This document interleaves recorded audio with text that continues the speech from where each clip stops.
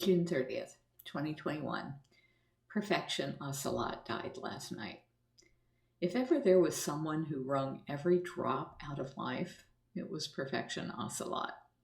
She passed away last night at the age of 25, and in doing so had lived 3 years past any ocelot I could ever remember. Right up until the end, she was the deadliest cat on the property, with an uncanny ability to lure just about any wandering raccoon, possum, rat, squirrel, or bird into her cat-a-tat for their date with destiny. She was one of those cats who, despite her frequent fast food choices, as our vets called her off-menu selections, who was almost never ill.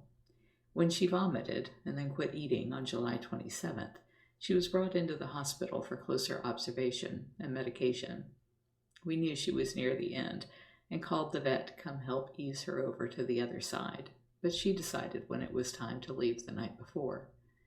Purr-fection was as perfect an ocelot as ever lived in every way. She was the last of her species here at Big Cat Rescue and will be missed greatly. And then this piece was for the volunteers because I posted it for them, saying you can post tributes in the comments section of her bio page at bigcatrescue.org/purr-fection. Screaming for a doctor on American Airlines Flight 1745. I'd made it onto the plane with only 2 families asking me to do selfies with them, and the ride home was pretty relaxing, with only one person coming to ask for a selfie once the seatbelt signs were off. When we landed, the couple in front of me appeared to be in trouble.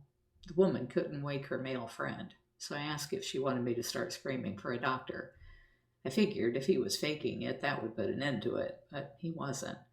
She was frantic, but didn't want to make a scene herself, so she asked if I would call out. I yelled to the front of the plane, "Is there a doctor on the plane?" All I heard back was, "Carole Baskin?" Annoyed, I turned toward the back of the plane and yelled above all the passengers trying to get their bags out and crush into the line to leave, and did the same thing. But no doctor responded. Just more, "Carole Baskin?" Thinking they must not understand, I said very loudly, "Is there anyone on this plane who can help this passenger who has passed out?" Finally, a nurse in the seat right behind him came forward to help. By the time there was a clear path to leave, he was groggily going in and out of consciousness, and I told the woman how easy it is to grab a wheelchair at the exit since no one was doing it for her. He managed to stagger up the ramp and to the men's room with her help. I thought that would be the end of it, but now everyone on that plane knew that I was on that plane, and it took me an hour to get out to the curb for all the people stopping me for selfies. Mina says she'll deny it if I post it before Tiger King 2 is out, but Mina says that Rebecca sat Anne McQueen and Wendell Williams back down to specifically ask the questions I had given to the police to use back in 1998 in their interrogation. She was most interested in finding out who Don was talking to in Texas about black leopard cubs, and thinks it could have been Jamie Palazzo and Riggs, his partner. I don't remember the leopards specifically being melanistic, but they could have been. April 2nd, 1998, in a fax from me to Detective Lingo and Fernandez, I had written, "The evidence to us looks as though Don Lewis was trying to fly a cat from Tampa to Texas. We know the man in Texas called several days later and asked why Don wasn't there with the cat he had promised to bring him."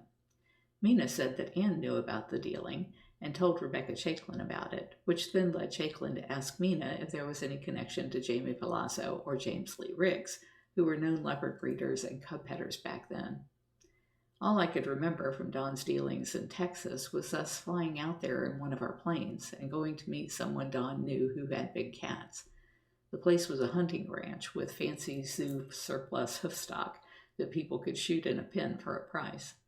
What caught my attention, and has haunted me since, were rows of cages with lions, tigers, leopards, and cougars in them. The cats had big yellow numbered tags in their ears, just like the hoofstock.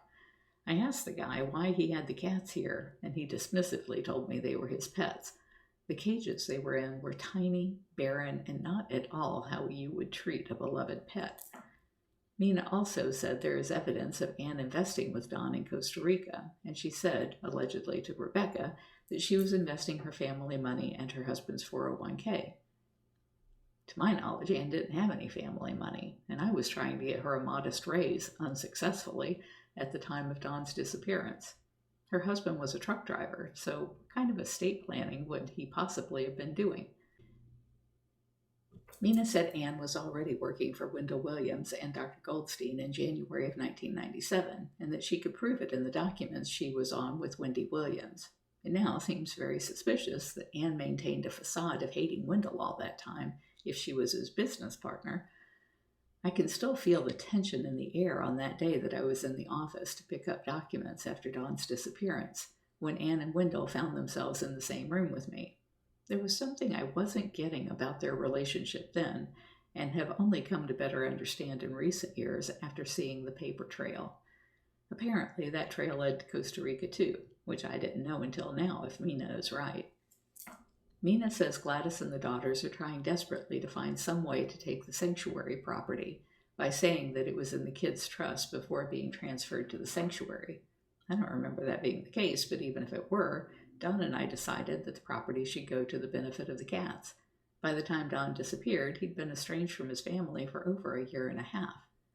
They are also making a huge fuss over Don having a Rolex. The only one I ever saw said made in China or maybe Taiwan on the back, and when I pointed it out to Don, he didn't talk about it or wear it anymore. They are claiming now that it was his prized possession and that he took it off every night and laid it on the bedside table. They said the fact that I listed a Rolex on the conservatorship property sheet for $300 means Don had to have been killed at night, or he'd have the watch on when he left the house the next day. They pulled a bunch of screenshots where Don is wearing a rectangular-faced Hamilton watch in photos and videos from the 90s, and apparently did find one where he's wearing a round-faced watch they claim was the Rolex. Most of the jewelry had been way over appraised by the court, and $300 for a fake Rolex makes more sense than a co-conservator or the courts allowing me to sell off a real one for $300. I don't remember the watch at all, other than the fake one Don showed me, but it was apparently in his collection of stuff in August of 1997 if they are right about it being on the asset list. Mina says Chaiklin asked Wendell about the Goldstein and Costa Rica dealings and reported that he looked like a deer in the headlights. If that makes their final cut of Tiger King 2, it'll be worth watching. Same goes for Anne's responses due to Chaiklin's questioning.